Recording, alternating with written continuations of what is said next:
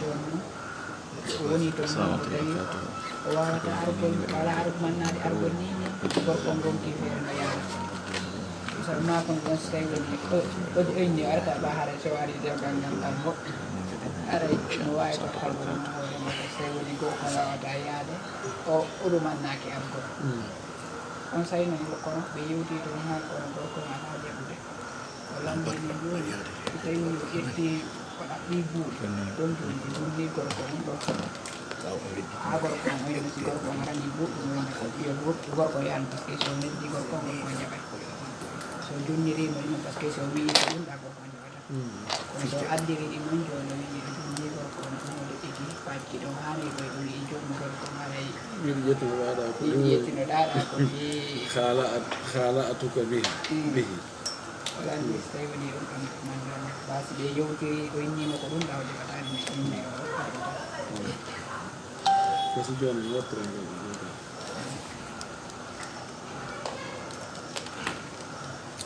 joni probléme ko tan ene dewle so joni majji moƴƴi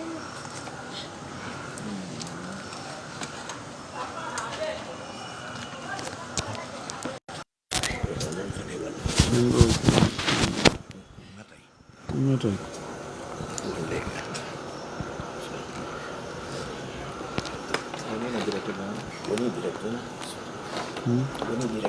Non, o fuɗoto mi maaro laaɓa hewti ka ɓe hewtani tan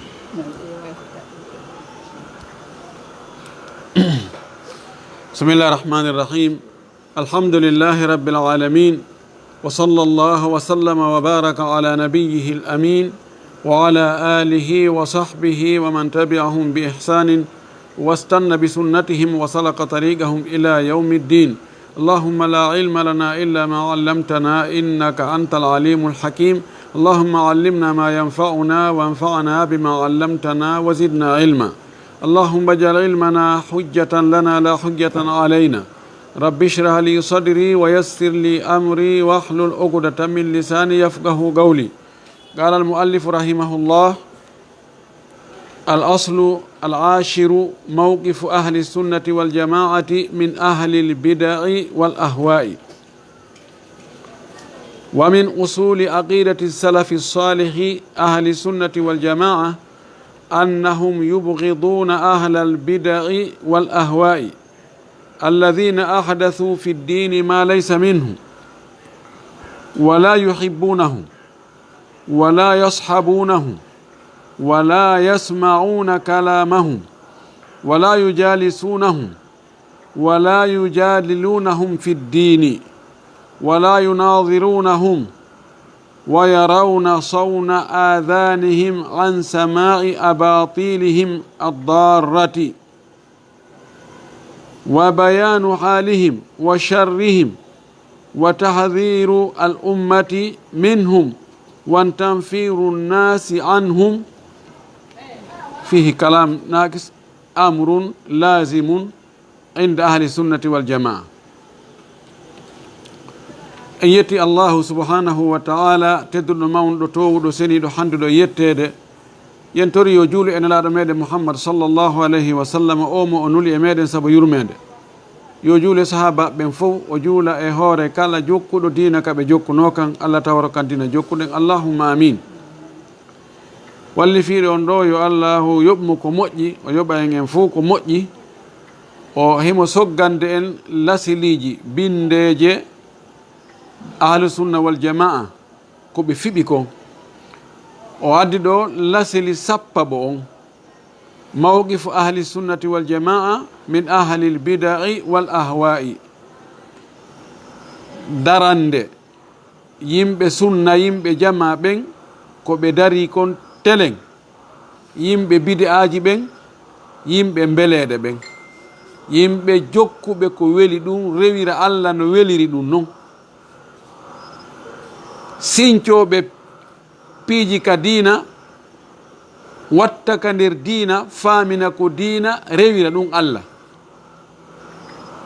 nde fedde ɗo ahlu sunna wal jamaa ko honno ɓe wa'ani ɓen ɗon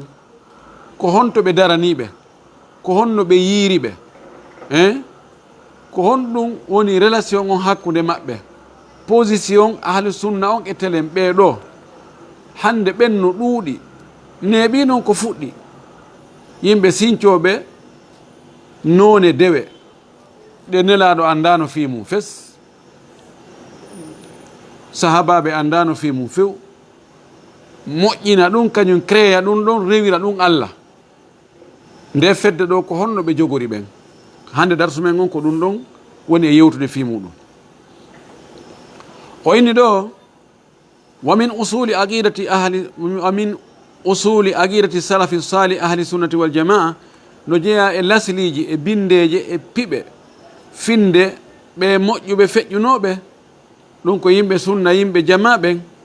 no jeeya e finde ko ɓe fiɓi kon annahum no kamɓe yubghiduna hiɓe tikkana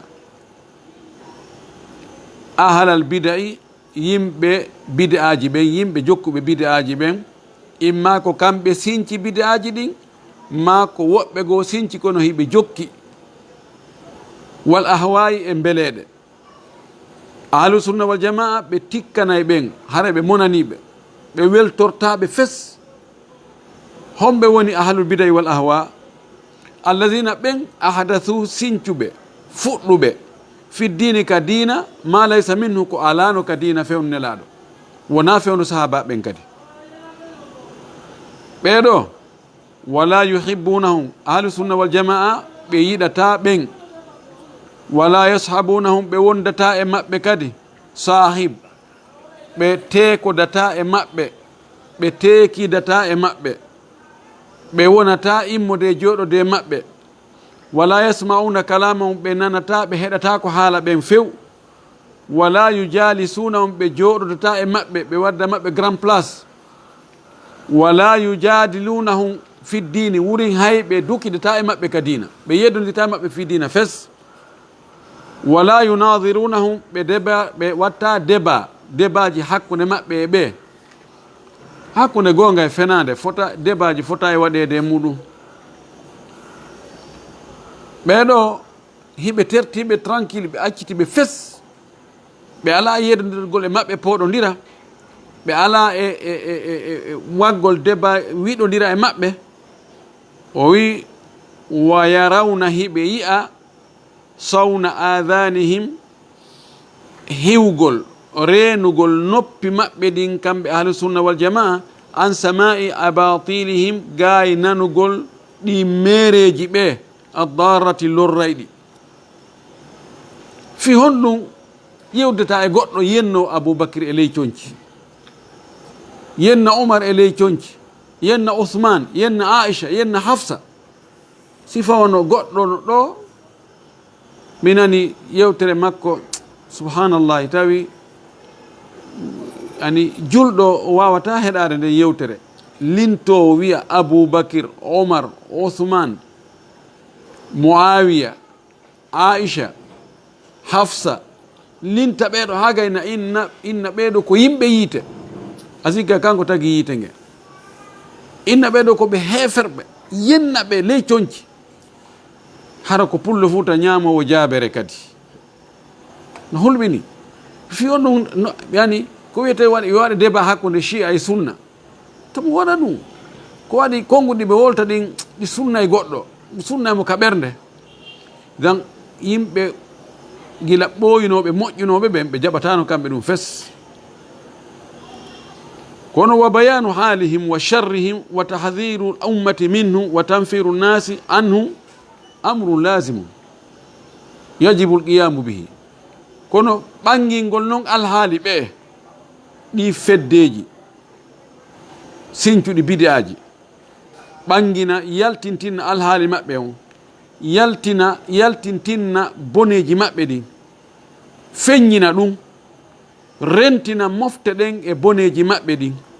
rentina mofte ɗen e maɓɓe, raɗo yimɓe ɓen pottina e ɓe, pottina yimɓe ɓen e maɓɓe. si ɓe ɓattike yimɓe ɓen ɓe contemena yimɓe ɓen, ɓe raaɓa yimɓe ɓen. ko waɗi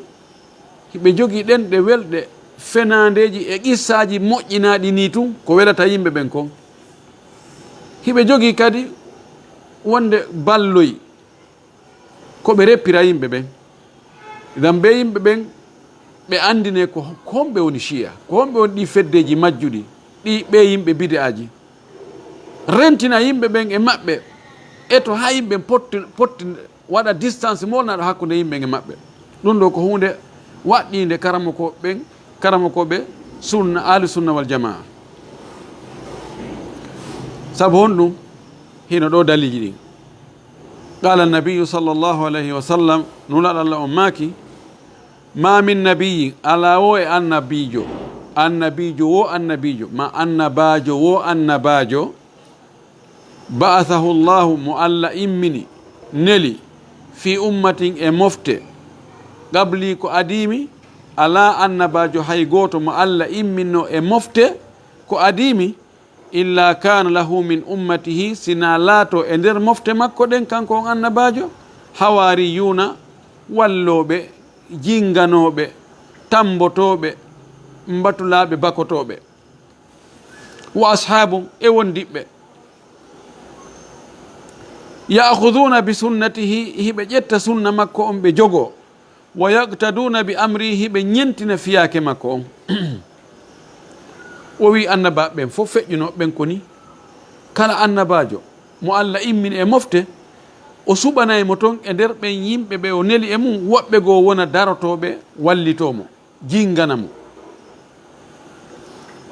tambitomo ƴetta ko o addi kon sunna ko addi kon jogo gollitira ñentina mo summa innaha refti ɗen mofte ɗon tahlufu min badihim khulufun lontoyo noon ɓaawo ɓen ɗon on jama ɗon jaɓannoɗo annabajo on gomɗinimo gonginimo jogiti diina makko kan gollitiri si ɓen ɗon maayi lontoɓen ɗon noon lontotoɓe ɓaawo maɓɓe ɓen ɗon lontiɓe konno ɓe wa'ata yaquluna ma la yafaluna hiɓe wowla ko ɓe huwata wa yafaluna ma la yumaruna hiɓe huwa ko ɓe yamiraka ɓe sinca piiji ka diina toon ɓe baka sabu maslahaji maɓɓe ɓe wowla ko ɓe huwata ɓe huwa ko ɓe yamiraka o wi koni sunna allah onno ɗum annabaɓe attinoɓe laaɗo ɓen fopp ɓe heɓuno ɗum ɗo taw sin laaɗo kan heɓali wallahi laaɗo kadi heeɓi o wi faman jahadahum mo haɓidi e ɓen ɗon o haɓiriɓe biyadihi junngo makko ngon fahuwa muminu on haray ko julɗo waman jahadahum mo haɓidi e maɓɓe bilisani haɓiriɓe ɗengal mungal fahuwa muminu o kadi ko gomɗinɗo ko julɗo waman jahadahum bi qalbihi mo haɓidi e maɓɓe haɓiriɓe ɓernde mum nden fahuwa muminu oɗo haray ko julɗo walaysa wara dhalika ala noon ɓaawo ɗum ɗo si ɗum ɗo fopp on tigi waɗali ɗum ɗo haray laataki ɓaawo to minal imani immorde e gomɗinal habbatu hardalin hay beru abbere e foññe colli ani gabbum ɓurkum fanɗude guɓum ɓurkum fanɗude haray ala harawnti ala limanu ɓeɗo lundiɓe o annabajo acciti ko sunna ko wonno e mum ko diina ko wonno e mum ko tawi wowlay ko huway ko yamiraka ɓeɗo ɓe yalti e diina selluka kan ɓeɗo ko hanaɓe haɓede ɓe hanaka tertorede ni tum joni noon haɓugol ɓeɗo ko gotel e piiji tati imma haɓiraɓe jungo ma gon si a mari feere siko piiro wakkiloɗa uttodiro si tawi a tawi ɗum a gaynata haɓiraɓe ɗengal ma ngal waajoɗa yimɓe ɓe rentinaɓe boneji ɓe laaɓanaɓe reedu kamɓe tigi si ɓe jaɓi awa si ɓe jaɓali awa rentina yimɓe ɓen feññina boneji maɓɓe ɗin si tawi hay ɗum ɗon a ronku añaɓe kanka ɓernde tawa ɓe welatama fes hiɓe metta cepp hiɗa añi acte maɓɓe on wona ɓandu ɗum añata ko acte ko jikku ngun e finde nden e golle ɗen ko ɗum ɗon mettete harno metta cepp ɗum ɗo fof mo waɗi haray o woni julɗo kono si tawi on tigi weltori ɗi bidaji ɗi ɓe sinci lundagol sunna on lundagol diina kan he oɗo haray liman on yalti e makko kan kadi ko ɗum waɗi ahlu sunna wal jama tippugol e o mako nelaɗo ɗo ɓe yimɓe bidi'aji yimɓe sincuɓe piiji ka diina baki toon no rewira ɗum Allah jokkugol mbeleɗe haray ahlusunna wal jamaa yiɗaɓe few sabu ɗum ɗo. wa qala sallllahu alayhi wa sallam nulaɗa noon makkadi fayi e hadis goo o hadis ɗo mo jantuɗen abou dawud no fillimo ka sunanu muɗum cheikh albani maki hadis ogi no selli o hadis ɗi mo nabi sa sallam maki sayakunu fi akhiri ummati no jogori laatoyade ka battane mofte an ka lannode mofte an laatoyto toon wonoyay toon wodoyay toon unasu yimɓe yuhaddisunakum hiɓe yewtoya on ma lam tasma'u ko on nanali ha hande antum onon wo wala aba'ukum wona babiraɓe moɗon ɓe yewta on ka diina ko on anda fes ye ɓey nawa ɗum ɗo ɗo kadi no moƴƴi ɗum ɗo no waɗe laabi ha sabakari ɗum ɗo waɗe laabi ha sabakari mo waɗi ɗum ɗo haray o naati aljanna mo waɗi ɗum ɗo haray waɗini warrini tawa on nanal ɗum ha hande naka alqur'ana wona ka sunna nelaɗo sallah sallam wona ka golle yimɓe moƴƴi ɓe attinoɓe ɓurde sahabaɓe hay taabine fa iyakum wa iyahum mi rentini on e maɓɓe fa iyakum wa iyahum hemon he maɓɓe no wiiri noon hemoɗon he maɓɓe yani renteɓe dey wota on jokkuɓe dey wota on nananɓe dey wota on ɗoftoɓe dey wota on weldu e maɓɓe. oɗo hadis ko fillimo ko imam muslim tippugol e ɗiɗo kala mo jokkaɗi sunnanelaɗo kala jokkuɗo bide aji ɗi haray a fotamo yiɗude wa ahlu sunnati wal jamaa nde fedde ɗo yuarrifuna al bid'ata hiɓe andina ko wiyete bid'a kon ɓe tarif andingol sifagol ko honɗum woni bid'a définition bid'a on ɗum woni ɓe wi bi annaha ko woni bid'a mastuhditha ko sinca ko fuɗɗa heyɗintinna hesɗinna ba'da nabiyi ɓaawo nelaɗo sallllahu alih wa sallam fatagol min al ahwa'i immorde e mbeleɗeji faaleji wa mabtudi'a e ko sinca kadi fuɗɗa fahin min addini immorde ka dina ba'da al kamali ɓaawo dina kan timmugol ɓaawo timmugol goɗɗo kadi ɓeydoya to goɗɗo ina ɗum ɗo kadi do mo waɗi ɗum ɗo hara ella ala ko on to cippuɗon ne ceerno en he onon ko woni wo ko landagol minen meɗen andi ɗum ɗo ella ala e muɗum si tawi hunde timmi a ɓeydi ɗo goɗɗum ko ɓeyduɗa kon ɗum ɗon hibbay sa waɗi miran ndiyan ha heewi tew a ƴettoyi ndiyan ko a watti hoore ɗon ɗan wattuɗa ɗon ɗan hibbay ko ɗum waɗi mo ɓeydi bide e hoore kon laaɗo sallah sallam wonno e mum kon ka diina ko makko kon hibbay wahiya ko wiyete bidea kullu amrin ko kala fiyake kala hunde lam ya'ti nde arali ala fi'lihi e gollugol nde arali fi gollugol nde dalil shar'iyun shariyankojo min alkitabi wa sunnati immorde ka deftere Allah ka deftere ma ka sunna Allah sallallahu alaihi wasallam no wiire ni kadi ko woni bidea ko kala hunde nde tawata fi waɗugol nde fi gollirgol nde dalil shariyankojo arali naka alquran naka sunna Allah sallallahu alaihi wasallam ɗum noon kadi ko bidea wayi aidan fayin bidea kadi no wiire no définisire kadi ma ohditha ko sinca fuɗɗa fiddini ka dina min tariqatin e laawol tudahi hingol nandita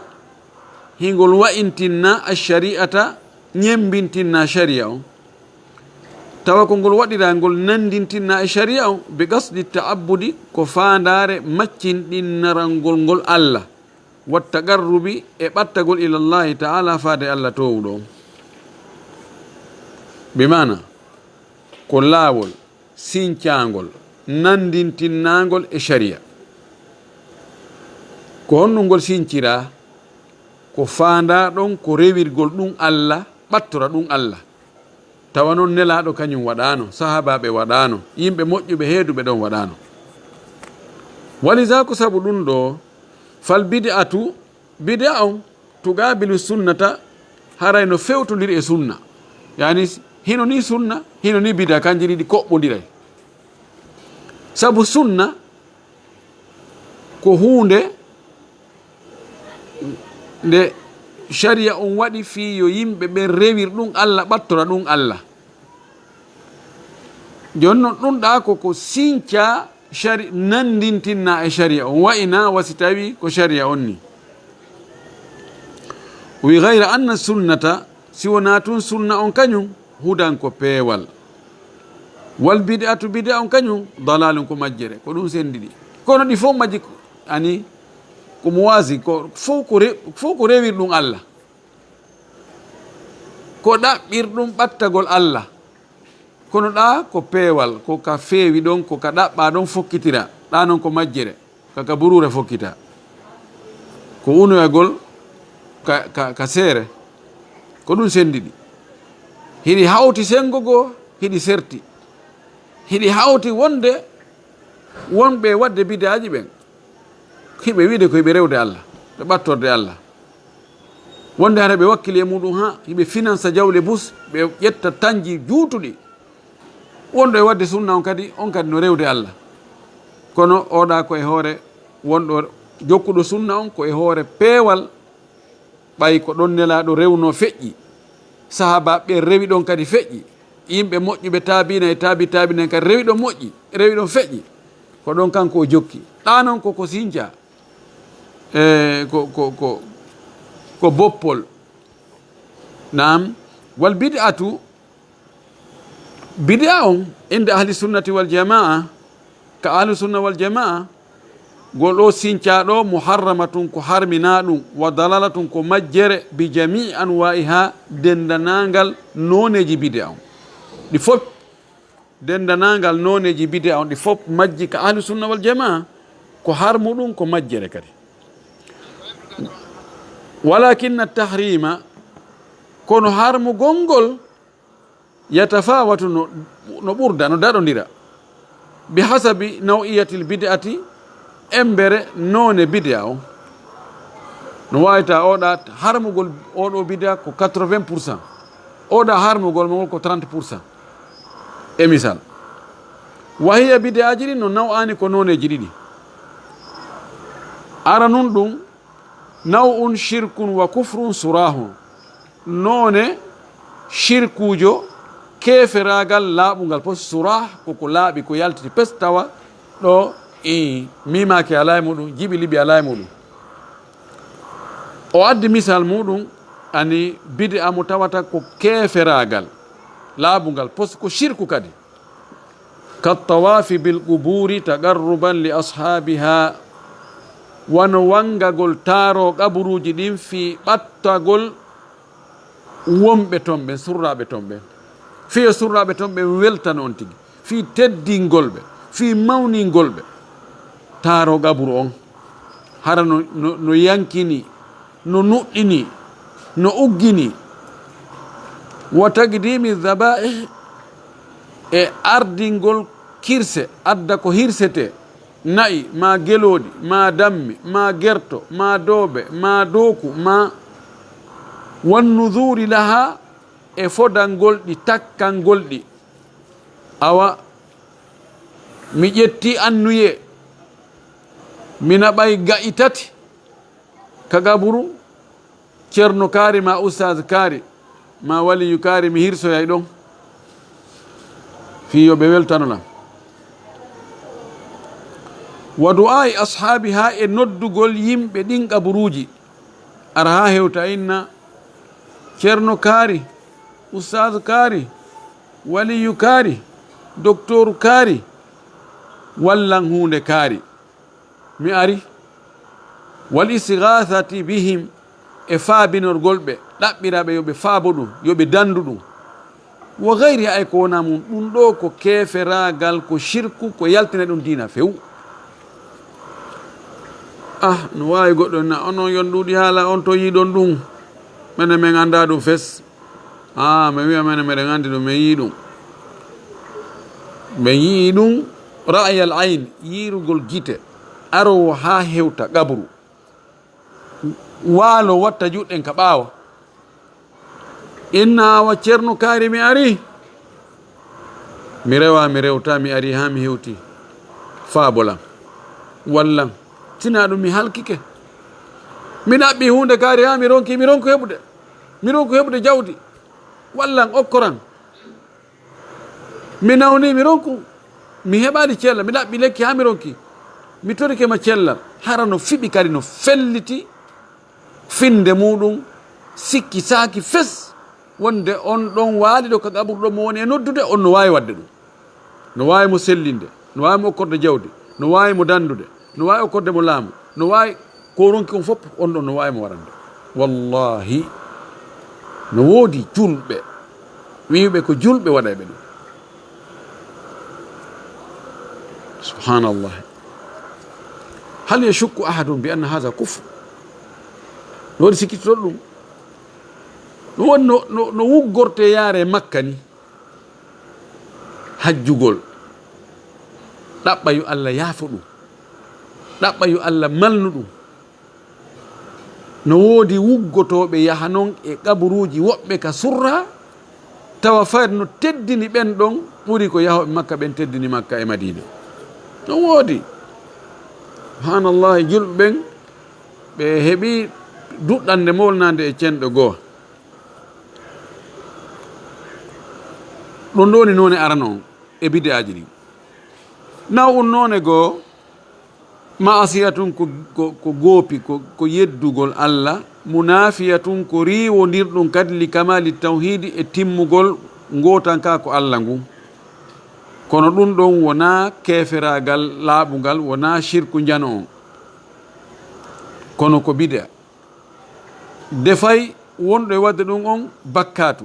ko waɗi o yeddi allah no waɗi kadi tawhidi makko on timmali fuɗɗode no woodi kono tawhidi on timmali o addi misal mum o wi kalbinayi alal ɓuburi wano mahugol ka gaburuji maha toon juulirɗe maha toon e labina waɗa ɗuma para waɗa karoje e mum moƴƴina ha moƴƴa ɗon juula waɗa darɗe ɗiɗi go inna ka nden juulirde ka ceerno kaari surra ɗon ɗum mi yahay ɗo mi juula darɗe ɗiɗi tawa no fiɓi wonde si juuliɗo darɗe ɗiɗi fi kala ko allah juulani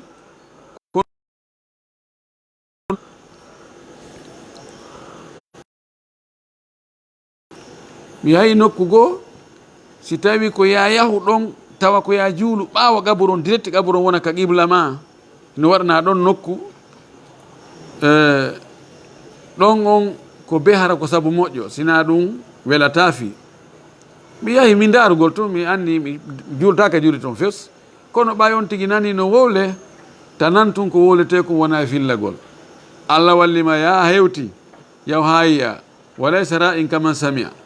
nanɗo yiiɗo na gootum mi ari miɗo dara goɗo enimi tal istrid istabga istrid kono fa allah ari mi holle no waɗita ziyara on noon awa ɗo kono ko hunde kaari ko ɗo kaarijo nini o lintiɗon ɓure ha fayda ɓure hay nelaɗo marade awa ko ɗon ɓe beeli joni noon si kala ko falɗa e aduna on ɗo kala haaju ko mapoɗa artun daroɗa ɗo waɗa dar ɗiɗi ka sujjuɗa ɗon on tuma toroɗa ɗon wiya barki ɓe beeliɓe ɗo o wolanimi ɗon haaɗi ani kamɓe kadi ko ɗum ɗon woni métier ko samasira kamɓe kadi ko démarcher ɓen noon yani woɓɓe yahay hooliɓe ɗum ɓen ɓe okkora ɓe mbuuɗi moƴƴi noon mi foti toon e musidɓe am ɓe sénégal ɓen nagade fen awa minnimo min na ɗum addimi ɗo few minni koko woluɗa ɗo kon fop min miɗo yaaɓi ɗum ka leydi mi hoolaki ɗum few e beeliɓe ɗo ɓeeɗo hande ko min wawi ɓe waɗande goɗɗum kamɓe ɓe wawatala waɗande hay fus min miɗo wawi ɓe du'anade ɗo honɗum min hi idan ɗon ɗo ila gayri dhalika e goɗɗungo ko wona ɗum ɗo min sowarini bida'i e morde e mbadiji ɗi bid'aji no ɗuuɗi ha feƴƴiti tintini bid'aji ɗin ka jantagol inde allah e bid'aji ɗin ka du'aji heɗo e ɗi sadakaji wallahu almustaan wal bid'atu bid'a o wasilatun ko jokkorgal ko ƴangal ko liwndu min wasaili shirki immorde e jokkorɗe shirku ko ƴangal e ƴanɗe lumbirteɗe yahe ka shirku ko liwndu e liwɗi liwtayɗi shirku ɗin wahiya ko wiyete bid'a o qasdu ibadatillahi ko faandagol rewgol Allah tabaraka wa ta'ala kono rewiramo bi gayri ma shara harana ko o lawɗini kon na ko yamiri yo rewire kon wal wasailu laha ahkamul maqasid jokkorɗe ɗen no jogii ñaawore ko faanda kon ndoko gaayida al wasailu laha ahkamul maqasid wa kullu dari'atin kala laawol yulirkun ila shirki hewtino hun shirk fi ibadatillahi e rewgol Allah awil ibtida'i ma sincugol fi dini ka dina yajibu no waɗɗi saddu ha uddugol kun jolkun ɗon kala puɗɗa hun tawa si on tigi yahi ɗo o natiri ɗo o puɗɗitoto e shirku kun ɗon no fota e uddede gila joni kala laawun kun tawata mo jokki kun ko shirko yaltoyta e muɗum kun laawun gila law no fota e uddede noti saddu dara'i no foti e uddugol ɗum li anna dina gadi tamala sabu dina kan timmino fewnelaɗo sallllahu alayhi wa sallam qala llahu tabaraka wa taala allahu bajjo seniɗo towuɗo on o daali ka deftere makko baɗa audu billahi min alcheitani irrajim alyawma akmaltu lakum dinakum wa atmamtu alaykum nicmati wa raditu lakum lislama dina alyawma hande ko hajjatul wada akmaltu lakum dinakum mi timminani on diina mon kan wa atmamtu alaykum nicmati mi timmini e hoore mon neema an on addugol wahayu yeeto ɗum no dagi ɗum ɗo no harmi wa raditu lakum mi welama on mi weltorani on al islama o l'islamu diina ye wonu diina moɗon anni ko ɗum ari e fillayeji e goɗɗo e annasaraɓe fewno saydna omar lonti o arno o wi omar o wi miɗo andi aya ka deftere moɗon on aya hara ko menen jeyno on aya ka deftere amen min waɗnani on aya ɗon feeto o jangi o aya ɗo o wi sabuna ko teddungal Allah fuɗɗagol diina kan ha timma tis o wi ɗum ko nema noon wa qala annabiyu sallllahu alayhi wa sallam no Allah maaki man ahadatha fi amrina hada ma laysa minhu fa huwa raddun kala wo sincuɗo e o fiyaka amen ɗo ɗum ko diina kan ko alano e muɗum haray ɗum ɗon ko sinci ɗon kon ko ruttete ɗum ko bugitete ɗum e makko kala ay man ahadatha wonɗo wo wonɗo sincuɗo e o fiyaka amen ɗo ka diina ɗo ko alano e muɗum o sinci ɗon o rewiri ɗum ɗon Allah o créyi ɗon kun ɗon laawum hari ɗum alano fewnelaɗo sallllahu alayhi wa alihi wa sallam ɗon ɗon haray ko ruttete ɗum bugitete ɗum hara joddi ala andi hadise on ko fottaɗo e sellugol muɗum wa qala sallllahu alayhi wa sallam nelaɗo ma kadi fayin e fillaye goo fillanene men Aisha radiallahu anha man amila amalan laysa alayhi amruna fa huwa radd mo golli golle wo golle haraka ka dina de tawa eɗen golle ɗon yamirore amen ala e muɗum neɗɗo maki o yamira fes o anda o humpitaki hara ɗum kadi ko ruttete ɗum yamirore nelaɗo nden e golle dina ɗen ko imma o maaka ɗum ɗo no moƴƴi waɗe ma ɗum kanko tigi o waɗa yi'e ma o yi'a no waɗe o fanka ɗiɗo tati noon si on tigi tawi ɗiɗo goɗɗo e mum waɗi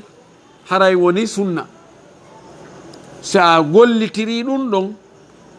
a laɓɓinanimo gollanɗa on a heɓay joddi haray bugitatake a hen to joddi ma ndin wa qala sallllahu alih wa sallam Allah ma kadi fayin e hadis goɗɗo goo o maki fa inna hayra al hadisi tabiti wonde ko ɓuri moƴƴude e yewtere fof ko yewta kon kitabullahi ko deftere Allah ko yewta ka deftere Allah ka qur'ana kon ko ɗum ɓuri moƴƴude wa hayra al hadi ko ɓuri moƴƴude e peewal ngal fof hadiyu muhammadin sallllahu alih wa sallam ko peewal ngal nelaɗo feewirno ngal mana ko ɓuri moƴƴude no Allah rewirte noon kono nelaɗo sallah sallam rewirno noon wa charra al umuri ko ɓuri bonde e piiji ɗin fop muhdathatu ha ko sincaɗ ɗin ka diina taban wiyete ko ɓuri bonde e piiji ɗin ko sincaɗi ɗin ɗon ɗo ko sawi ko ka diina dey siko piiji aduna sincaɗi ɗin sakkitiɗ ɗin ko ɗin ɓuri moƴƴude ka otoje dernier génération on ko ɗum ɓuri moƴƴude ka avion ji men ka téléphone ji men piiji ɗin fof kono noon ka diina ko kiɗɗum ɗum ko ɗum moƴƴi ko ɗum woni original on wa kullu bidatin kala wo bid'a dalalatun ko majjere bid'a fop ko majjere majjina joom muɗum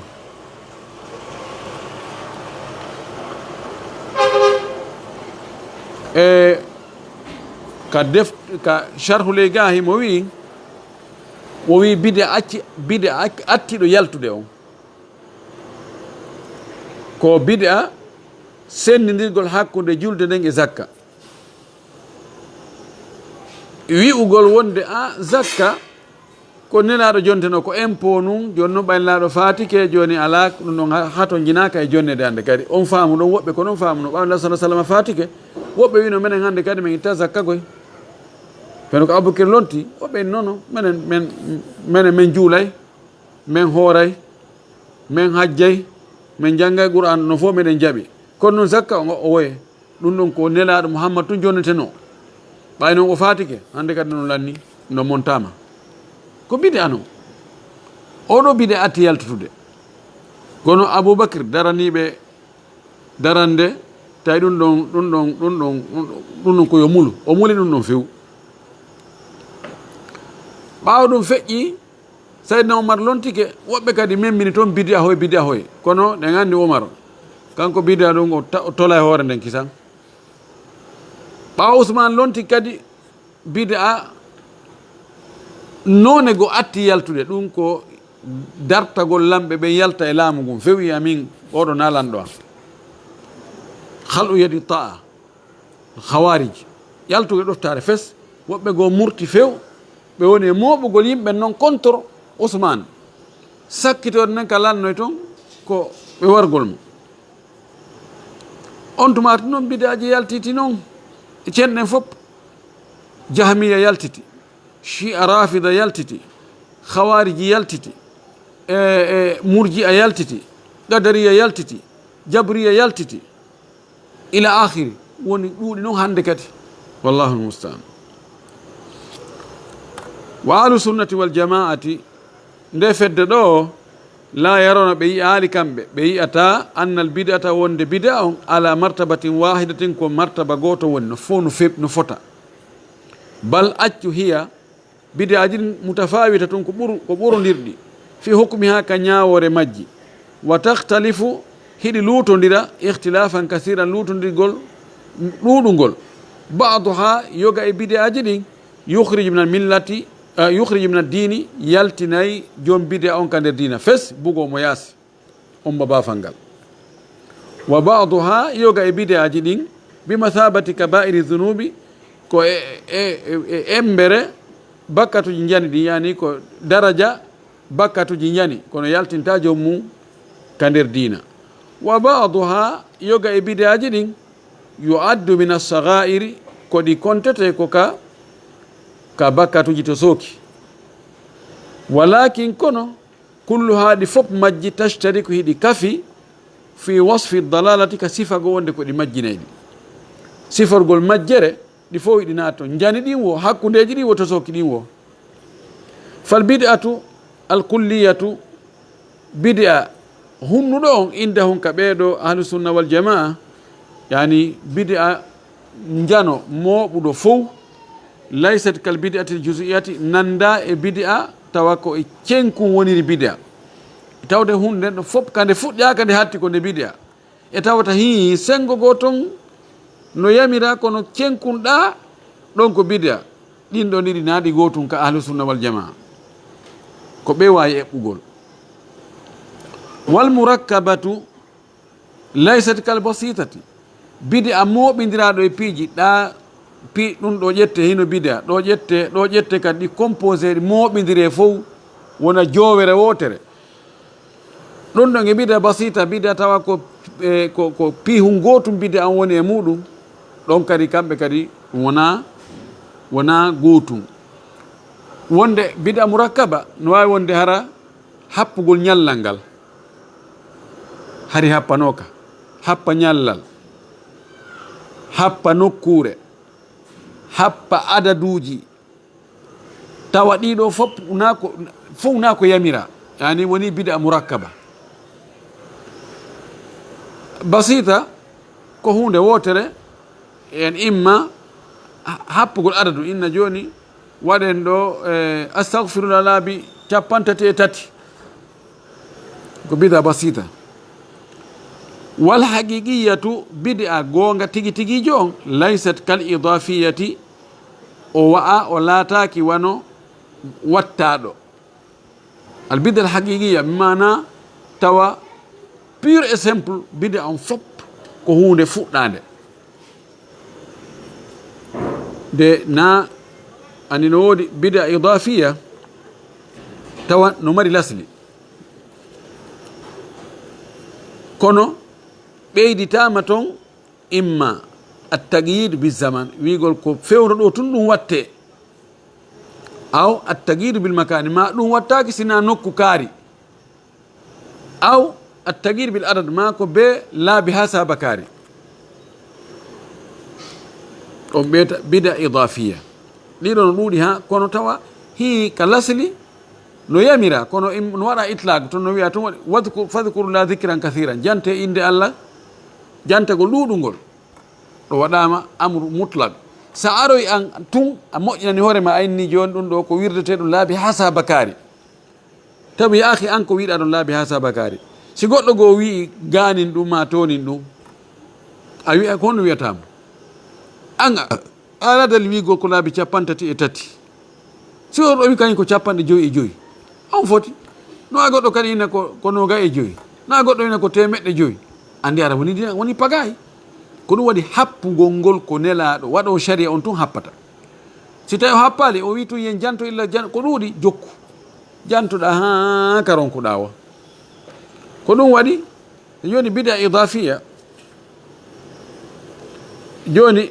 immagol jemma naafa no moƴƴi ko sunna kono sen wi'i joni en immoto en waɗay groupe waɗen goɗɗo almami ñande wo ñande waɗen darɗe 16 waɗen almami tawna e suumaye woni bida ya akhi nelaɗo sallllahu alayhi wa alihi wa sallam o moɓali yimɓe o waɗi almami o naafi sina e suumaye joni ko fiyon ɗum enen waɗanɗen jama ko fiyon ɗum waɗanɗen darɗe 16 ñande wo ko beɗe 16 bida idafi aslu on hino yamira yon tigui juulu jemma al bida idafiya kathira jiddan jiddan o wi la fi dhatiha wala fi hukmiha ɓe wiɗo kamɓe no serti ñawore nden e daraja on ɗi bid'aji ɗo no ɗi lintira ɗo ni e jaati majji on no serti wona hunde jonatake wiye ko ɗi gootum ko noon kadi ka ñawore nde ɗi ñaawe wiyatake ɗi fof ko degré goto ɗi fof ɗi yaltina e diina hiɗi ɓurdi kama anna al bid'a mukhtalifatun fi hukmiha wano woni noon ɗi bid'aji no lutodi ka ñawore majji fa baduha kufrun yoga e majji ko keferagal wa baduha fisqun yoga e majji ko fasiqiyagal fa hiya mutafawitatun fi ahkamiha hikkanji hiɗi ɓurodiri hiɗi daɗodiri ka ñawoje majji wa kadhalika yatafawatu hukmu fa'iliha ko noon kadi ɓurodiray daɗodiray ñawore wonɓe wadde bid'aji ɓen wa min hada al muntalaqi alshar'iyi ko e nde werlitande shariyankore ɗo yani nde fokkitande ɗo ngol laawol ngol sharia wallini ɗo départ ɗo fa innahum no ɓe ɗo ahlu sunna wal jamaa la yutliquna hukman wahidan ala ahli lbidai, ɓe bugatako ɓe wellitata ñawore wotere e yimɓe bidaji ɓen. ɓe wiya ɓe fof ko ɓe gotum, ɓe fof ko ɓe hefreɓe, ɓe fof ko ɓe fasiqiɓe, ɓe fof ko hunde kan ɓe watta ɗum few. bal accu yatafawatu lhukmu min shakhsin ila akhar. accu kan e no ɓurodira, no daɗodira ñawore nden neɗɗo e neɗɗo goo, bi hasabi bid'ati, embere bid'a makko. no wawi oɗa tawa wiye ñawore makko nden oɗo bid'a, oɗo o yalti dina, baynama wiyen oɗa o heeɓi bakkatu e bid'a makko on kono emo ka nder dina. oɗa kadi o heeɓi bakkatu kono ko ganim bakkatu oɗo on, ko noon kalifiyirte. fal jahilu majjuɗo waɗiɗo bid'a o majjere, wal mutaawwilu e waɗiɗo bid'a on firirgol faamugoo, laysa ɓeɗo ɗiɗo laataki ɓe wa'ali kal alimi wano anduɗo bima yadu ilayhi, ko woni nodde kon e muɗum. yani hino ɗo wonde wadde bid'a, oɗo o anda e hunde, kanko o ñembay tum, o ñembay tum, kanko o yetama tum, mo waɗi ɗum ɗo haray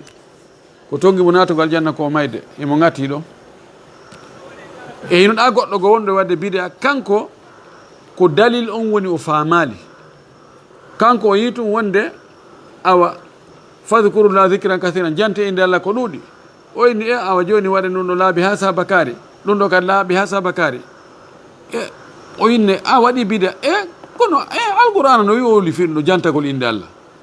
neɗanno maki majjitama qawmu fi bayti min buyutillahi yatadhakaruna kaza wa kaza wa kaza illa haflatan ma, sifa kom nan no woɓɓe goo no firra noon. awa hiɓe wiya ɗo joni enen ko bid'a wonde nge wadde, enen si en moɓodiri ɗo en waɗi kurungol, en warrini en warritini, haray ene en amay woni o woye, en yimay woni o woye, en wuuɗay o woye, en wuttay ko noon e wadde, en jantuno inde Allah. a woniraɗo maki si yimɓe moɓodiri e suudu cuuɗi Allah ɗin, hiɓe jantade inde Allah, hiɓe janngude alqur'ana, malaika ɓe en cippoto hetaɓe, yurmede Allah nden saaƴa e hoore maɓɓe, Allah jantoɓe kaɓe woni to, wona ɗum wonde e wadde. hada wo ta'wil, ta'wil e anduɗo netti pelletti ko o woni wadde ɗo ko bid'a, himo nodda yimɓe e muɗum, kono ko sabu intérêt ji makko himo andi goy. o yi ɓeɗo tato wona ɓe gootum, ɓe qualifiataki ɓe fof hunde wotere. o majjuroɗa ko neɗɗo ammi yani ko donto noon toso kum, si ngala jana ƴoggi kankadi ko jogga. o wi wal alimu al mujtahidu laysa kal alimi adda'i li bid'atihi wal muttabi'i lil hawa. gando wonɗo e wadde tun tinnare mum, kañum no jokki tun no wadde bid'a, no wakkilani hoore mum kono ala nodde hay goto, kañum no jogii tun ko woni e waɗirde bid'a kon no jokki ɗon, bimbe kikiɗe jemma ñoroma no gatti ɗon, no tinni noon, ɓe no wakkili ɓe ala sama kala, kono ala e nodde yimɓe, kañum tun no jokki. on ɗon e wonɗo e wadde bid'a, himo andi, himo nodde noon e yimɓe ɓen, ɗum kadi mo jokki mbeɗen mo haɓɓiti yimɓe fappu ko ɓe jokka ɗum, kala moye hunkun o yii ko be o haɓɓitoto o gollitira kun ɗon fi yo yimɓe ɓen tawtumo e ko woni e mum ko, tawan aw karhan, wonde o gollitira autorité makko on si tawi mo halfina responsabilité, wonde o gollitira jawdi so heɓi, wonde o gollitira relation ji makko ɗi, kono mo haɓɓiti yimɓe ɓen fof be naata e ngal kalana makko, ɓeɗo ɗiɗo na gootum. walisa ko sabu ɗum ɗo fa innahum no kamɓe ahlusunna wal jamaa la yuamiluna almustatira bi bid'atihi, ɓe gollodirta e suuɗiɗo no waɗa bid'a mum on kama yuamiluna wano ɓe gollodirta noon almudhira laha yaltintinɗo feññini bida mum o wonɗo e suuɗade hara no hersite bida mum ko si tawi yaltiti e jama yimɓe ahlu sunna woni addugol hadisaji haray ko yen jokku nelaɗo men on ko sunna on si huccoyi to wona e darugol noon e awa he ko tawrɗen mawɓeɓen kon tan accito ɗum de min do taw ndaru komi woltato kon kono ga on ko enen oyi oɗo e dari ɗo wi hey menen do komin hunde kaari nani hakkitanda men ala ko ɗum no wuure no maaye min hersira ɗum ko ɗum kadi ɗum ɗum ka naade men wo min naatay ɓeeɗa na gootum yani ahlusunnal jama no ɓe gollitta e ɓeeɗa non e oɗa na gootum suuɗi ɗon wonde ɓe waɗnaymo ɗuma muuma suuka seeɗa awi da'i ilayha ma noddowo faade o bidia li anna da'iya ilayha sabu o noddowo bidia on noddowo faade bidia on yataadda dararuhu ila gayrihi lorra makko kan yawtay diwaymo yahana woɓɓe goo ɓe wonamo fo yajibu kaffuhu no waɗɗi surgol mo darnamo baramo sina ɗum o kontema nayi woɓɓe goo o waɗay yani honno wiyete o raaɓay woɓɓe goo wal inkaru alayhi alaniyatan no waɗɗi kadi e yeddugol mo fennamo inna ko jokkon ko munkar hara kadi ko yaltintingol na sowdagol ko alaniya tan yeeso jaman fop ɓe ko chia jogoy rente o ko neɗɗo biɗagoy o ko jokki kon o ko nodde ko mum ko harmi koye woni nodde muɗum o ko hunde kay koni yaltana yimɓe fop yimɓe anda bone makko on sabuna si yimɓe andali bone ɓe yimɓe biɗaji ɓe jokkay ɓe hara ɓe anda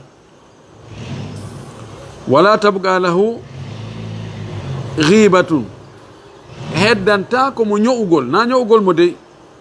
wa muaqabatuhu e lettugol mo bima yarda'uhu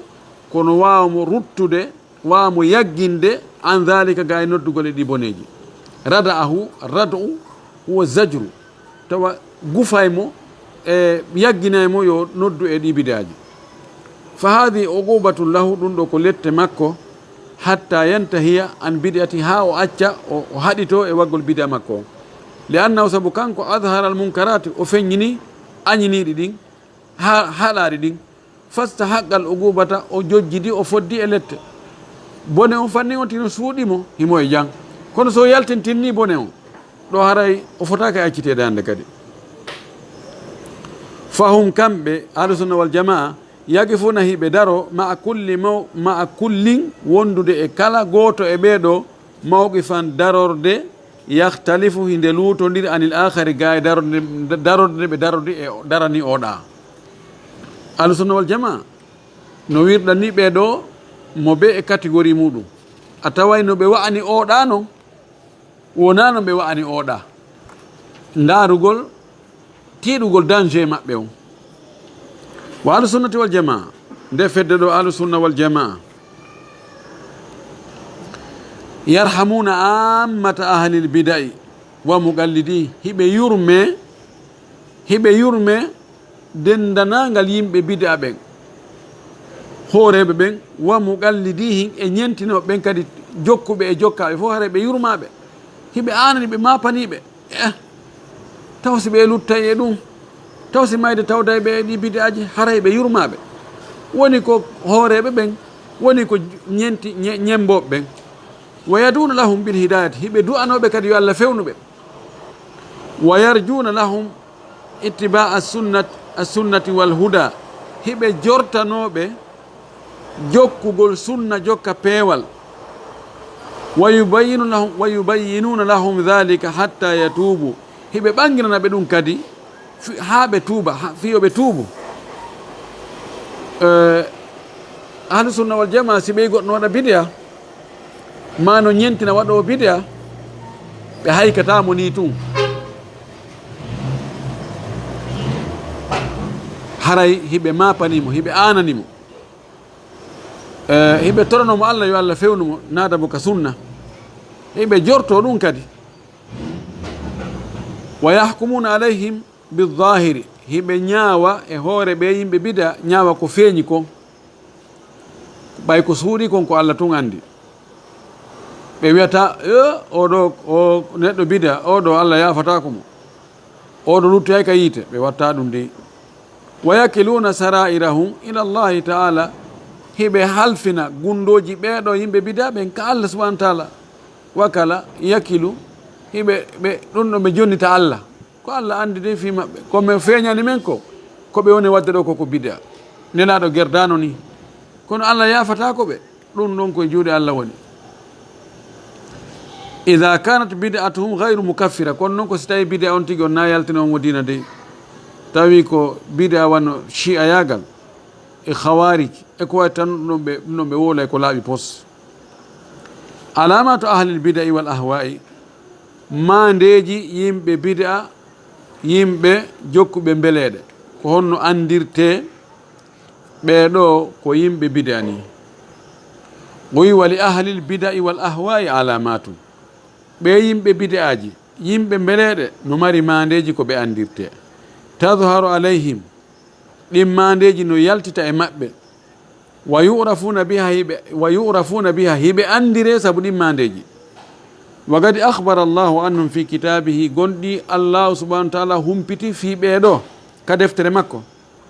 wa kama akhbara anhum rasulullahi sallallah alih sallam fi sunnati ko wana noon kadi nelaɗo sallah sallam humpiti fi ɓeɗo ka sunna makko wa dhalika waɗi ɗum ɗo ko Allah humpitiri en fi ɓeɗo ka deftere makko nelaɗo humpitiri en fi maɓɓe kadi ka sunna makko tahdiran ko saabu rentingol lil ummati mofteɗe minhuge ɓeɗo wona hayan e haɗugol ka haɗugol an suluki maslakihim ga e natugol laayi maɓɓe ɗi jokkol laayi maɓɓe ɗin wa min alamatihim no janon e mandeji ko ɓe anditirte hino ɗuuɗi kono hino ɗo aljahlu bi maqasidi shari'ati majjugol fandare sharia on himɓe majji ɓe anda ko honɗum sharia on ko ɗum faandi wa bi ahkami dini e majjegol andugol ñawoje diina ɗum ko goo ɗiɗi wattagarrubu ila llahi taala bima lam yashra e ɓattorgol Allah dewe ɗe Allah lawɗinali ɗe Allah yamira moƴƴinana hoore mum dewa ɗina ɗum ɗo do ɗum ɗo min tañini ɗum ɗo e laala e muɗum rewira ɗum Allah ɓattora ɗum Allah wal furqatu wattafarrugu wa mufaragatul jamaat no jaa e mandeji maɓɓe sertugol wal furqatu sertal wattafarrugu e sertugol wa mufaragatul jamaati e accitugol jama kañum jokka kañum tum kerena hoore mum laawu onon ceerno kaari onon kadi hi ko on minen ɗo ko laawol kaariwol men woni minen ɗo haysi yimɓe men ɓen ala ɗo taaliba men maraɗo jokkuɓe kono meɗen ɗon ɗum ko mande ɗo to jaa e mandeji maɓɓe wal jadal wal husumatu wattiba'ul hawa wal jadalu e heewugol dukowi débaji ɗaɓɓita weñje wal husumata e weñje wattiba'ul hawa e jokkugol mbeleɗe jokkugol faaleji jokkugol intérêt ji yiɗugol andede yiɗugol teddugal yiɗugol e mbatede iwtire ɓaawa muɗum ɗum ko e mandeji maɓɓe ɗi jeeya no jeeya e mandeji maɓɓe ɗin wa taqdimul aqli ala naqli hikkingol haqqille ɗen yeeso e hoore daliji eggaɗi ɗin watta haqqille ɗen yeeso inna menen ɗum ɗo haqqille amen ƴetta ɗum ɗo de inne o inneno kono hadisa no woodi ɗo hadisa no woodi ko goonga hadisa no selli kono ɗe haqqille men ɗe na samakalaje no woodi en sifike no woodi woɓɓe ko haqqille ɗen ko ɗen ɓe waɗi yeeso no jeeya e mandeji maɓɓe wal jahlu bi sunnati majjegol sunnaji ɗin ayi ay on tigi tawi mo jangi ha jogui diplôme ji towɗi no wawi haala arabu ha kono jangga hadis hadisaji anda fus kono ko umru gayse yimno kon fof ɓe hunji no wawi sujueje no wawi kono si ari ƴettay waɗa hutuba ka o fuɗɗi ha ka o hatti nanata aya no jange ananta hadis no jange no jeeya maneji maɓɓe wal khawdu fil mutashabihi e jumpugol ukko nan e jiɓi liɓiji ɗin ko nandi kon adda joni noon sewi o aya ɗo en nandini en wattidimo e o aya to haray ɗumannaki kono ɗum ɗo no woodi e dalilji ko wiyete mutashabi nanduɗi imma goɗɗi go ara montama ma montaka kono karama ko ɓe no yeddodiri ukko e nder ɗum ko kañum ko ɗaɓɓata o ka complication woni o ko ɗon tun woni ko poncata ɗum ko e mande yimɓe ahlul ahwa wa muaradatu sunnati bil qur'an e piidirgol alqur'ana piiramo e sunna e sakkora alqur'ana on sunna muarada ko contestirgol alqur'ana on sunna hinna joni alqur'an no wi ɗum ɗo kono sunna noon no wi ɗum ɗo sey wi ɗum ɗo sunna on no wi ɗum ɗo haara lundi ko aya alqur'ana to joni noon haara ay alqur'an on kañum ko fellita ɗum tabutugol ngol sunna on ko sikkita ɗum tabutugol ngol donc haray yo akkiten ɗon sunna on ƴetten alqur'ana on alqur'ana e sunna ko kanjiri ko hiɓɓodirɗi ɗi sertata few alqur'an no hato jini e sunna on ɓuuri ko sunna hato jini alqur'ana sabu neɗɗo ƴetta ñawore tawa ko ka sunna tunde ari tawa jilɓay ala fes wawa hutorde few kono no fanɗi e ñawoji arde ka alqur'an ƴetta ɗum hutora tawa sunna wallalima si alqur'an innima waqimu sala ñinne julde nde ɗafala ñinnugol julde nden ko be sunna walle sina ɗum a wawata few a wawata juulugol few so wona hara ko sunna on holluma honno juulirta alqur'an hollanima fewdo ko fewdo nde wagguto on fewdoto ƴeetakima ko fi kala no sappi ka waggutuji kono toɗɗaki ƴeetakima ko darɗe jeelu juulata fana ko honno janguirta ko hon ɗum jangata ko be sunna on walle kono ɓe yimɓe mbeleɗe ɓay koɓe faala ko bonnugol ko ɗon ɓe haɓɓito ɓe ɗaɓɓay luutodiral hakkude sunna on e alqur'an on no jeeya ko mandeji koɓe anditirte walghuluwu fi ta'dhimi l ashkhasi wattaassubu li araihim ɓurtingol ka mawningol yimɓe e jingalngol pehe ɓen konguɗi maɓɓe غلو في تعظيم الأشخاص بل تقديس الأشخاص ɗum ɗo wano suufiyankoɓe ɓen to bande gandi si innama taw ɓurtugol fi teddingol neɗɗo telen kadina chiya ɓen taw fayre on numéro en si yehi ha a ƴetti neɗɗo on a waɗimo place Allah no woodi yahuɓe maɓɓe yinni Ali kanko ne Allah wuri wiɓe Ali kanko saƴinta ndiyanna kanko fuɗinta puɗi ɗin kanko waɗi ɗum ɗo kanko waɗi ɗum ɗa yehi ha tawi a wii oɗo neɗɗo oɗo kanko faljata few ani mawningol goɗɗo ko ɗon hatti ari heedi ɗon e feddeji goo wona suufiyankoɓe hulatu suufiya kamɓe kadi ceerno e maɓɓe goo yehi ha woɓɓe yehi ni ceerno muɗum kañum jogui saabiji aljanna koɗo goy ni a way ko ceerno mo jogui saabiji aljanna kono so uddito e aljanna o tawa menen karamo kam menen nder toon ha tawa kala ko ceernojo o wiigol o way ala samina watana ɗum ɗo no jeeyay ko yimɓe bide aji ɓen ko ɓe andira wo tasuɓuɗi araim jingalngol minen ɗo ɓay karamo ka men ko ɗum maaki minen ko karamo ka men maaki ko ɗum ɗon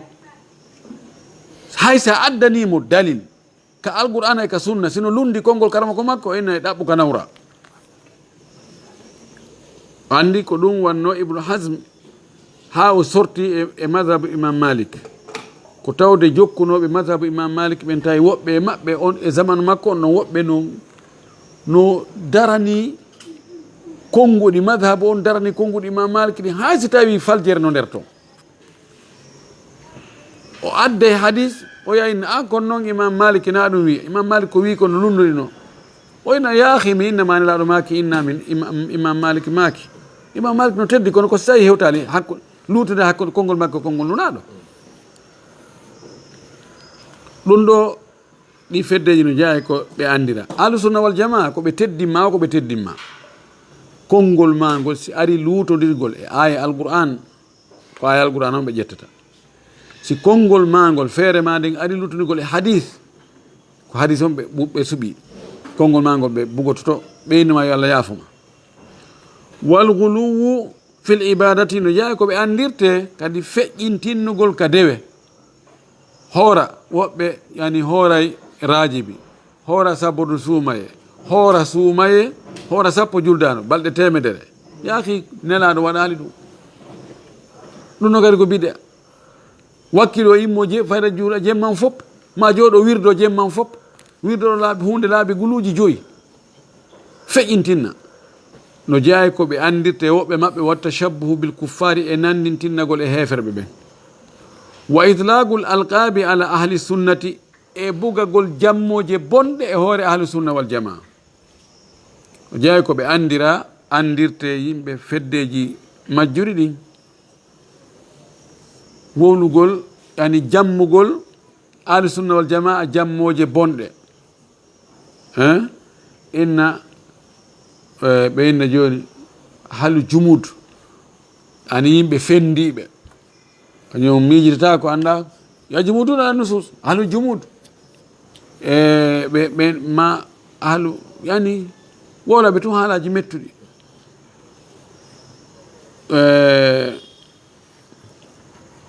wano enen fen ɗo inna koye ba oy yin koye ba oy zaɓɓiɗa tuuboy waɗoɓe ɗum ɗo hoy mojoto koye ani tamogo juuɗe ko yin koye mojoto koye wi fo hoy o waɗi si ani allah akubar yin koye wi fo hoy sifano ɗum hiɓe andira ɗum wa bugdu ahlil athari e tikkangol yimɓe batteji ɓen yani yimɓe anduɓe hadisaji ɓen tawan imam malik en imam ahmadu en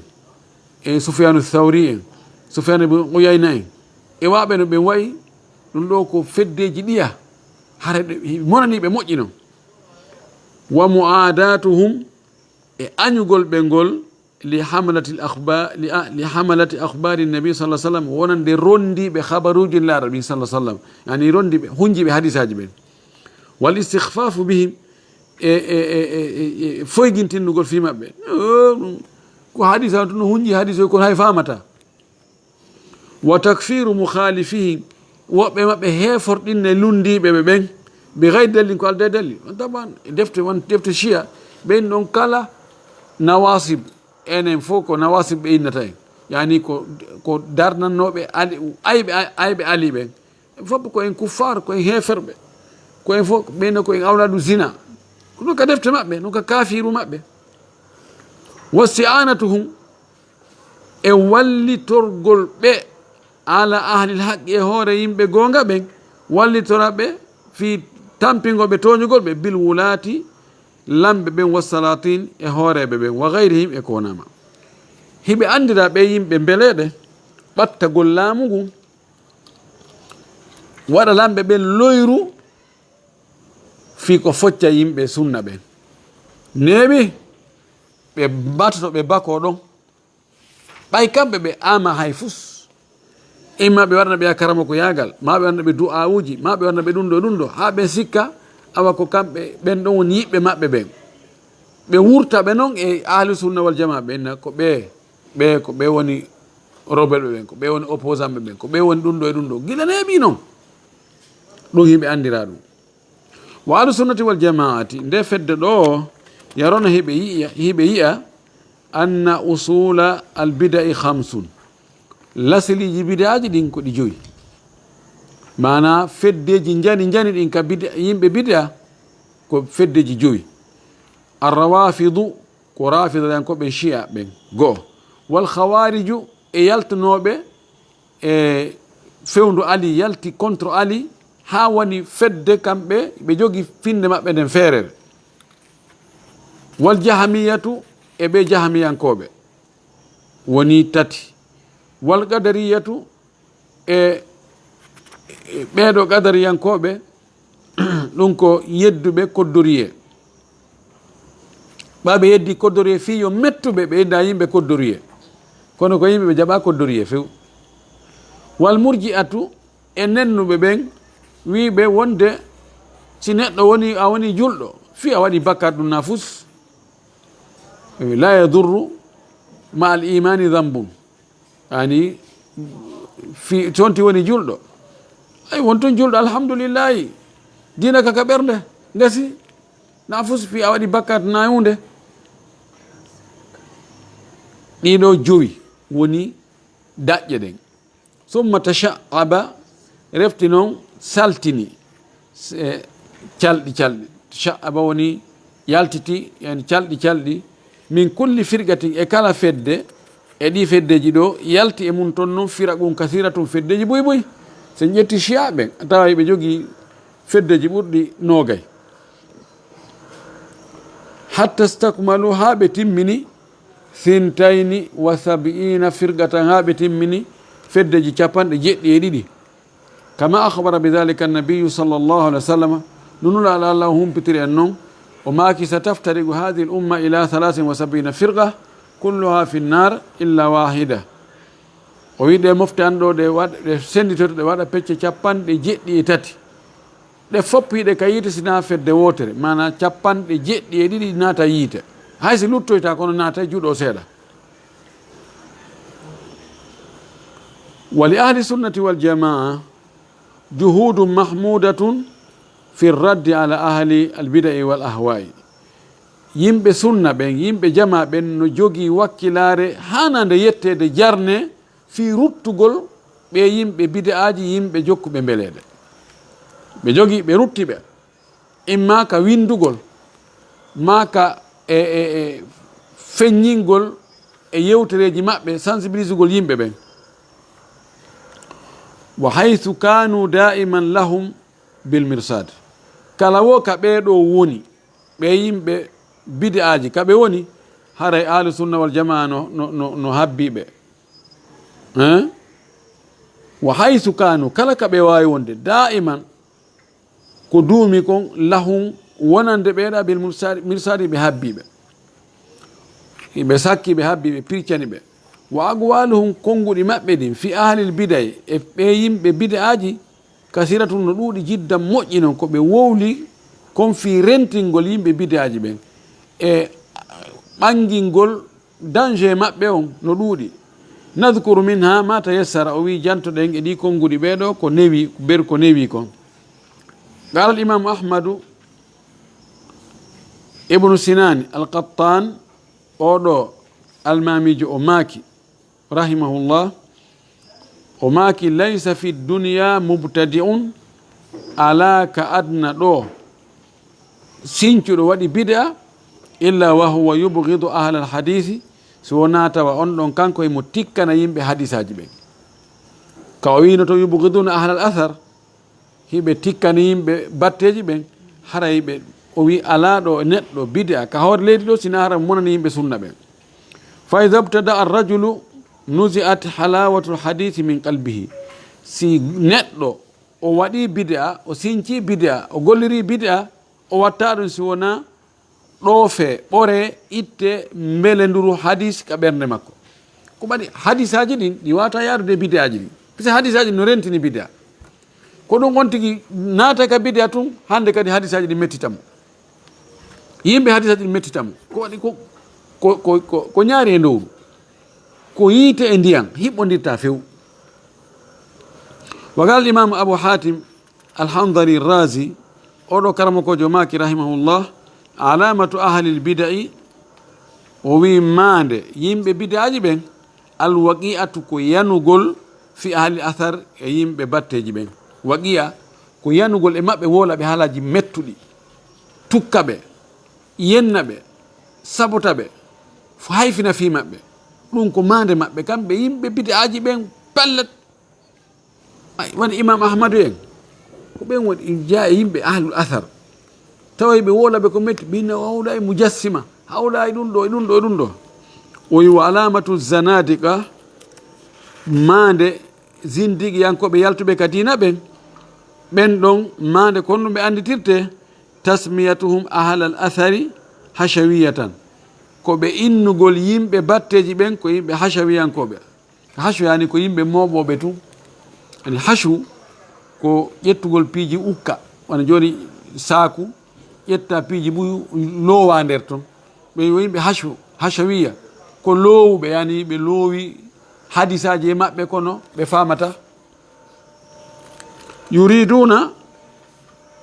hiɓe faala ɓeɗo zanadiga hiɓe muuyi ibtalal athari bonnugol batteji ɗi sago maɓɓe hadisaji ɗi fof koɓe monte fof ko jilliɗi hayke ɓe heɓa noon koɓe faala ko beleɗe maɓɓe o wi wa alamatul jahmiyati mande ɓe nde fedde jahmiyankore mande koɓe anditirte kon tasmiyatuhum ko innugol ɓe ahlal sunnati yimɓe sunna ɓe inna mushabbihatan ɓen ko nandinoɓe allah e tagore mum nde ɓay tun ahlu sunna wal jama kamɓe ɓe tabintinni sifaji allah ɗin ɓeɗo jahmiyanko hiɓe yeddi ɗum ɓe inna mushabbiha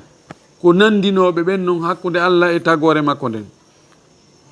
wa alamatul gadariyati mande nde fedde gadariyankore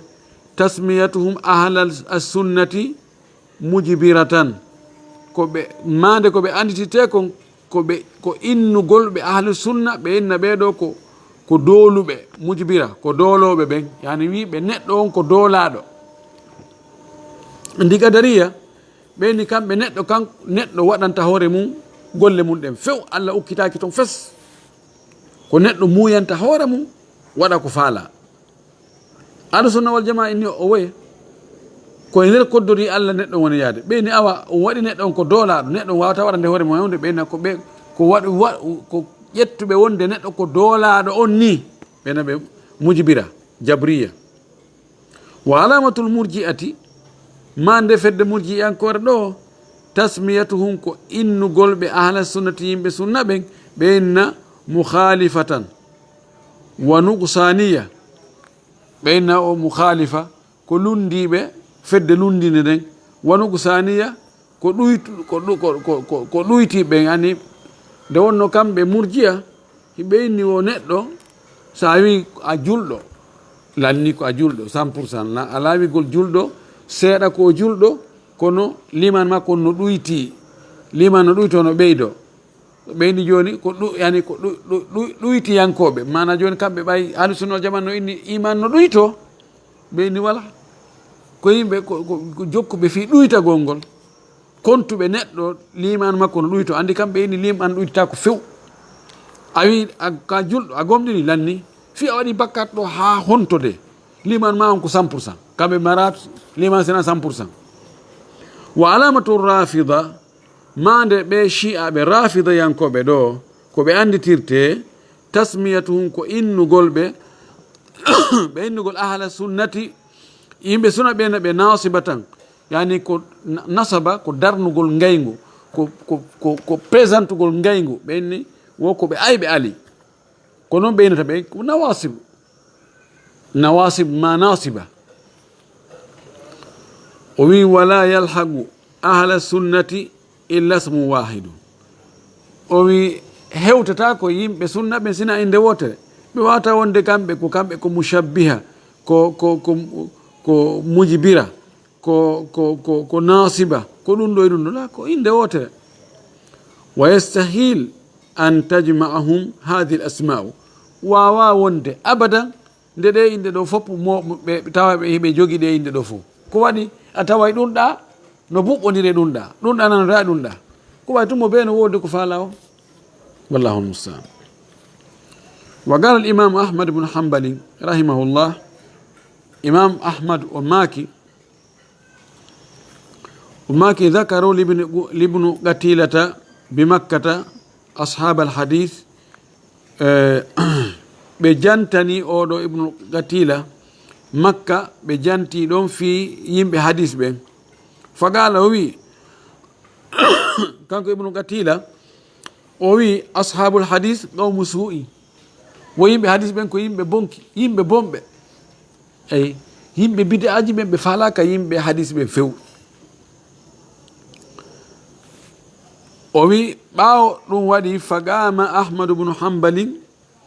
imam ahmadu o yimmi wa huwa yanfudu thawbahu, himo honka conci makko ɗin, wa yaqul mo inna zindigun zindigun zindigun hatta dakhala al bayta. ɓa ibnu qatila o wowli ɗum ɗo o inni goɗɗo woli ɗon ahlul hadis kada wa kada, o wi ɗon kisan ahlul hadis ɗomo suu'i ko yimɓe bonɓe. imam ahmad yimmi kisan o honki conci makko ɗi o inni zindig o yaltuɗo dina, zindigi ko murtuɗo yaltuɗo dina fes, o filiti ɗum laabi tati, himo jokkinimo wora ɗum ha o nato ke galle makko. wallahu tabaraka wa taala allahu bajjo seniɗo tedduɗo towuɗo on hafida ahla alhadisi waljamaati wa ahla alhadisi min kulli hadihi almaayibi aw maayibi. allah subahana wa taala o reeni o hiwi yimɓe sunna ɓen, yimɓe jama ɓen, yimɓe hadis ɓen, o reeniɓe o hiwiɓe e dendanagal ɗi ayibaji ɗo allati nusibat ilayhi, ɗi askintinnaɗe e maɓɓe. wi'ugol ko ɓe nasiba ɗum na gonga, wiigol ko ɓe mushabbiha ɗum na gonga, wiigoɓe ko ɓe jabriya ɗum na gonga. ɗiɗo fop allah no hiwi ɓe ɗum ɗo ɓe yawowli tun gaygu mune. wa hum kamɓe laysu ɓe laataki illa ahla sunnati assunniyati, ɓe laataki sina yimɓe sunna sunna on, wa sirati lmardiyati e sira welaɗo, yani e gurdan sira kono neɗɗo wuuri noon hara kadi kono weltora no allah weltori. wa tariqati sawiyati e laawol feewugol ngol ala orƴo arƴa, ngol ala ɓuroƴojo, ngol ala turo turto. wal hujjati lbaligati alqawiyati, hujja hattuɗo jondolejo. wagadi waffagahumullahu, gondi allah hawrindinniɓe littibai kitabihi l azimi, jokkugol deftere makko mawnude nden, wal iktidai bi sunnati nabiyihi l karimi sallllahu alih wa sallam, e ñentingol sunna nelaɗo makko tedduɗo on. wa sharaha sudurahum, allah yanñi yaajini ɓerɗe maɓɓe ɗen, li mahabbatihi, e yiɗugol nelaɗo allah on sallllahu alih wa sallam, wa mahabbati ashabihi, e yiɗugol sahabaɓe nelaɗo ɓen alkirami tedduɓe, radiyallahu anhu, yo allah weltano ɓe. ɓeɗo masabihu duja, kamɓe woni lampuji niwre. waman tabi'ahum, e kala jokkoɗo ɓeɗo bi ihsani e no moƴƴiri, min a immati dini, immorde e hooreɓe dina ɓen, al alami mandeji ɓen, wa ulama il ummati, e karama ko ɓe mofte ɗen, al amilina golliroɓe kadi ko jangi kon. waman ahabba qawman, mo yiɗi yimɓe fa wa minhu, hara o jeyama e maɓɓe, koye maɓɓe hara o jeeya. kama qala rasulullahi sallllahu alih wa sallam, wano laaɗo allah o maaki noon, almar'u ma'a man ahabba, neɗɗo wondoyayɓe o yiɗi ɓen. ahlu sunna wal jamaa, ɓaawo ɗi feddeji ɗo wowlugol mo be jonna ɓe jammore, jammi ɗum ko faala. ahlu sunna wal jamaa ɗeɗo jammoje fop ɓe alda e mum, kamɓe ko inde wotere ɓe jogi, ahlu sunna wal jamaa. ɓeɗo allah waɗi ɓe e sunnaji on tigi tigi tigi, harna nodditagol. waɗi ɓe e sira weltoraɗo gurdan no nelaɗo sallah sallam wuurino noon telen ka dina. waɗi ɓe laawol fewugol ngol, o okki ɓe hujja jogiiɗo doole on, o hawrindinni ɓe e jokkol deftere allah nden, o hawrindinni ɓe e jokko sunnaɗo sallllahu alih wa sallam, o yanñiri ɓerɗe maɓɓe ɗe yiɗugol nelaɗo, yiɗa sahabaɓe nelaɗo, yiɗa sonnaɓe nelaɗo, yiɗa gueɗaɓe nelaɗo, yiɗa alu bayt nabi sallah sallam, ɓe fof maɓɓe. sabuna ɓeɗo ko ɓeɗo woni lampuji ko jalbinanta en si niɓɓi. ɓeɗo sahabaɓe kañum e iwtiri ɓawo jokkitiɓe no moƴƴiri, ko ɓeɗo woni point de repère men on, en fokkiti ka allah, mandeji ko andirten lawol ngol ko ɓeɗo. wallahi yiɗugol ɓeɗo yiɗugol mo Allah yiɗi, yiɗugol neɗɗo moƴƴo, yiɗugol neɗɗo fewɗo, yiɗugol kurkaniɗo ka dina ɗo yangani ka dina, ɗum ɗo koye hawrindinede ko jeeya. faman ahabba rasulallahi sallallah alih w sallam wa ashabahu wattabi'ina lahum wa atba'a attabi'in min a'immati lhuda wa ulamai lshari'ati wa ahli lhadisi wal athar min alquruni thalathati alula almufaddala wa man tabi'ahum ila yawmina hadha fa'alam annahu sahibu sunnati. o wi mo yiɗi nelaɗo sallallahu alih w sallam, yiɗi sahabaɓe nelaɗo, yiɗi jokkuɓe ɓen ɗon ɓen no moƴƴiri, yiɗi jokkutuɓe ɓen ɗon kadi ɓaawo ɗum immorde e almamiɓe peewal e karamakoɓe sharia on e yimɓe hadis, yimɓe batteji laɗo sallah sallama, filliɓe makuji makko ɗin ɓen, immorde e ɗeɗo gire tati arane ɓurɗe moƴƴire ɓen wuuruɓe e nder duuɓi 300 gilanlaɗo feri ɓeɗo e kala iwtiri ɓe ɓawa ɓen ɗon jokki ñentiri ɓen ɗon ha hande. mo yiɗi ɓeɗo andu oɗo woni jon sunna, oɗo yawa yide ho min ahli sunnati wal jamaa.